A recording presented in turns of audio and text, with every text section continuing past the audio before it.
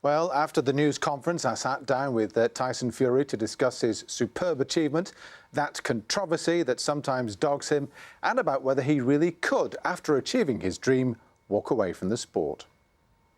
Well done. We've followed your career on Northwest Tonight over the years. I remember you telling us when you were 18 you were going to do this, and here you are. It's been a long time coming. I've had quite a long time to prove that what I was saying could become correct. And over time and dedication, experience, it came all right on Saturday night. It's been a big motivation for you to prove your doubters wrong, hasn't it? But now you've actually made it, what will be the motivation to carry on? This is what I was saying to quite a few of the other guys. I haven't made any decisions on what I'm going to do next or who I'm going to fight or if I will fight at all. Is that a possibility? You might just pack it in? Yeah, I didn't set off in life to be a super rich person or to defend 15 times in a world title. I set off to be the #1 in the division and to be the heavyweight champion of the world. And I'm that now, so where I go from here, I don't know. I've always said it's not about money for me, it's not about the belts, it was always about being the #1 in the division, and now I'm that person. It's just sort of where do I go next and what do I do next? I've not made any decisions on my career or anything, so don't be jumping to conclusions. But I will have a good sit down and speak to Peter about it, speak to me dad, speak to me family, and we'll see where we go from here.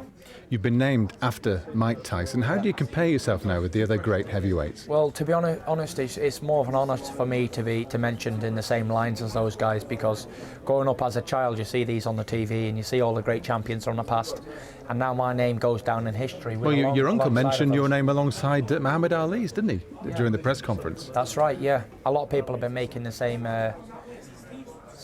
statements. Do you see yourself as a sort of Muhammad Ali figure? I don't see myself as a certain specific trying to be somebody else. I am a unique person. I'm trying to be myself. I'm not trying to be anybody else. And the way I act and the way I perform, it's not an act or a performance. It is me, and whether people like or they don't. Some people like it, some people don't like it, and that's well, let me ask you about that, that, because quite often people describe you as a controversial figure. Yeah. Do you understand why that is? You've made remarks about homosexuality in particular, which offended some people. Yeah. What remarks did I make? Well, some people have suggested that you're homophobic. I'm just giving you the opportunity to clear that up. Yeah, that's what I am, yeah. I just want to clear that up, that I'm not against any homosexuality or lesbians or colour, creeds, generations, races of people. If I'm a God-fearing person and I get all my energy from God, then how could I hate on my fellow brother and sister? Whatever they've done, God will forgive them. All right, you've not decided what you're going to do in boxing terms next.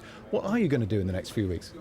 To be honest, I've been saying it a long time. I wanted to be the #1 in the division. I've done that, and I've also been saying for quite a while now that I want to help the homeless people in the local area. I want to help the drug abusers and alcoholics.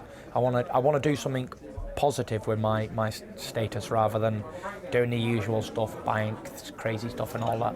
I'm not really into that sort of stuff. I want to help my fellow humans. So if that's a bad thing, then I'm a bad person, clearly. But if that's not a bad thing, then obviously I'm not a bad person. Well done. Thank you. Thanks very much. Okay. Cheers. Thank you. Well done to